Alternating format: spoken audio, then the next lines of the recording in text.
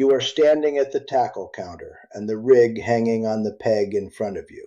The slip float setup with the bobber and the stops and the little plastic bits is $12, and the slide float rig beside it is $14. And I am here to tell you that the empty soda bottle sitting in your recycling bin right now will do the same job, and on the right water it will do it better for nothing. Not a gimmick, not a trap, a rig. A 2-liter or even a 20-ounce plastic soda bottle, rigged the way I am going to show you, casts a bait farther than you can throw it, suspends it at the exact depth you want, and signals a bite from 100 feet off where you could never see a little bobber. I have built these on the bank out of whatever bottle was in the truck for 30 years. Let me show you the build, step by step, the 3 ways I use it, and then I am going to be very straight with you about the law, because there is a line here you must not cross, and most of the folks selling you the dream of this rig never mention it. Here is the whole idea in one breath. A sealed, empty bottle is a float, a big, buoyant float you can see from across a pond. And it is also a long cast weight because it has a little heft and a lot of air. And it is also a free spool because you can wind your line around it. Put those 3 together and the bottle becomes a casting bobber, a depth-setting float, and a strike indicator all at once, out of something you were going to throw away. The tackle industry sells you 3 separate plastic doodads to do what one bottle does. They are not lying that the doodads work. They are just never going to point at your recycling bin. Let me give you the basic build first, the cast and suspend float, because this is the one 90% of you want. Take a clean, empty bottle. 20-ounce or half-liter is plenty for panfish and catfish. Cap it tight so it stays sealed and buoyant. Tie about 2 feet of line off your main line to the neck of the bottle, right under the cap ridge, a couple of wraps and a good knot so it cannot slip.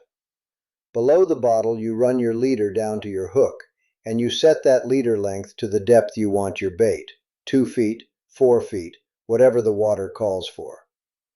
Pinch a split shot a foot above the hook to carry the bait down and keep the leader straight. Now you cast the bottle, not the bait. That sealed bottle has the weight and the wind resistance to sail way out past where you could ever cast a little bait and a bobber, and it lands and sits high and visible, holding your bait at the exact depth you set. When a fish takes, that bottle ducks and runs across the surface like a bobber the size of a softball, and you can read that bite from clear across the water. Total cost, the bottle and a split shot. The bottle does the work of a $12 slip float, and you can see it from 3 times as far. I learned the bones of this from old man Stoltzfus, the pond keeper over at Bird in Hand. This was years back, a windy spring afternoon, and I was struggling to reach a far weed line with a little float that the wind just batted back at me. Stoltzfus watched a while, then walked to his truck and came back with an empty bottle, rigged it on my line in about a minute with his pocket knife and a length of leader, and told me to cast the bottle and let the bait hang under it. First cast went out half again as far as my best, sat right on the edge of that weed line, and inside a few minutes a bluegill the size of my hand pulled it under. Stoltzfus said his grandfather did the same thing with a corked bladder and a sealed gourd long before there was a plastic bottle to be had. The float, he said, is the oldest trick on the water. We just keep paying somebody to sell it back to us in a new shape. Now the second build, the depth drop float, for when the fish are holding deep and you want to fish right above the bottom in deep water. Same bottle float, but here is the trick. You do not fix the leader length, you make it a slip. Run your main line down through a small bead and a swivel tied to the bottle so the line slides, and set a bobber stop knot up your main line at the depth you want. Now your bait sinks until the stop hits the swivel, and the bottle floats on top showing you where it all is. You can fish a bait 15 feet down under a bottle that sits right on the surface, which a fixed float can never do because you could not cast 15 feet of dangling leader. This is the deep pond panfish and crappie rig, and it cost you a bottle, a bead, a swivel, and a rubber stop. Call it 40 cents of hardware you reuse all season. The third way, and this is the build the reference videos are really pointing at, is the free line bank rig, the bottle as a spool. On your own private pond, where it is legal, you can wind a length of line around a sealed bottle, bait the hook, and set the bottle out so it free floats and works a bait on its own while you fish another rod. The bottle floats, the line is wound so it pays out under a hard pull, a fish takes and the bottle bobs and skitters and tells you from way off that you are on. And this, right here, is where I have to stop being your bait buddy and be honest with you about the law, because this third use is the one that gets people in trouble. So here is the honesty beat, and I need you to actually hear this one. The bottle as a cast and suspend float that you are holding, attended, on your rod, the first two builds I showed you, that is legal hook and line fishing in essentially every state. It is just a homemade bobber, no issue. But the moment you set that bottle out free-floating, unattended, working a baited hook on its own, you have built what the law calls a free-floating device, or a set line, or a jug line, and that is regulated, and the rules are completely different from one state to the next. Some states allow jug lines and free-floating baited rigs on certain waters with a tag and your name on them and a limit on the number. Plenty of states flat prohibit any unattended baited line. And an unattended baited rig that you abandon is not just illegal in a lot of places. It is the kind of thing that keeps fishing for nothing, kills fish for no reason, and litters the water, and I will not be a party to that. So the rule is simple. The float you hold is yours to use anywhere. The line you walk away from is the state's business, and you check with your own state fish and wildlife agency by name before you ever set one out, and you never, ever leave a baited bottle in the water. The Pennsylvania Fish and Boat Commission, for instance, publishes its rules on what is and is not allowed for set and unattended lines. Every state has its version, and that is a 5-minute phone call or website check that keeps you legal and keeps the water clean. Now, why does a float work so well that it has been around since the gourd and cork days? There is real science under it, and Penn State Extension has published plenty on warm water pond fishing through its Aquaculture and Fisheries Extension Series, the AERS publications, and the short version is this. Fish in a pond stratify. They hold at a specific depth where the temperature and the dissolved oxygen suit them, and in summer that comfortable band can be a narrow slice well off the bottom. A bait dragging on the muck below that band, or a bait sitting up near the warm surface above it, never gets seen. A float lets you put your bait exactly in that comfortable band and hold it there, hands-free, while the fish cruise that layer feeding. You are not catching more fish by magic. You are putting the bait in the one slice of water where the fish actually are, and holding it there steady, which a handheld bait bouncing all over the column cannot do. That is the whole trick. Depth control. The bottle just gives you depth control for free.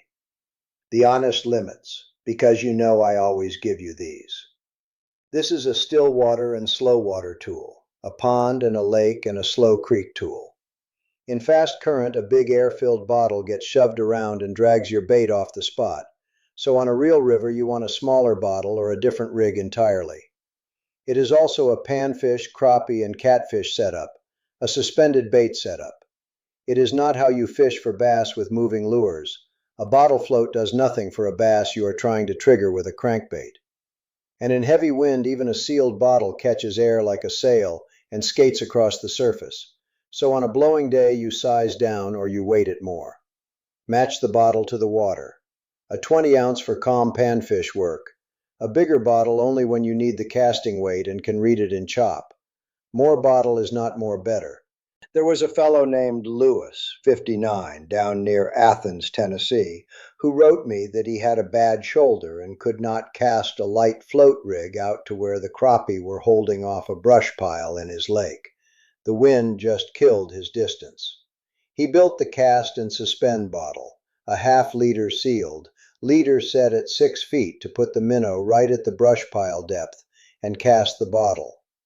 He wrote that he reached the brush pile easy for the first time in 2 years, sat the bait right in the zone, and took a mess of crappie off it of an evening, all on rigs that cost him nothing but the bottles out of his own bin.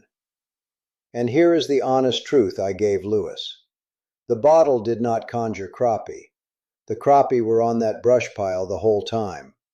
What the bottle did was let a man with a bad shoulder finally reach them and hold a bait at their depth, which his store float and his sore arm could not do. That is the real gift of this rig. It is not magic distance. It is reach and depth control for a body and a budget that the expensive rig had quietly priced out. So why does a thing from your recycling bin beat a $14 peg rig? Because the peg rig is selling you molded plastic and a brand, and the bottle is giving you the 3 actual jobs: buoyancy, casting weight, and a visible strike indicator, with nothing in between but the price they hope you do not question.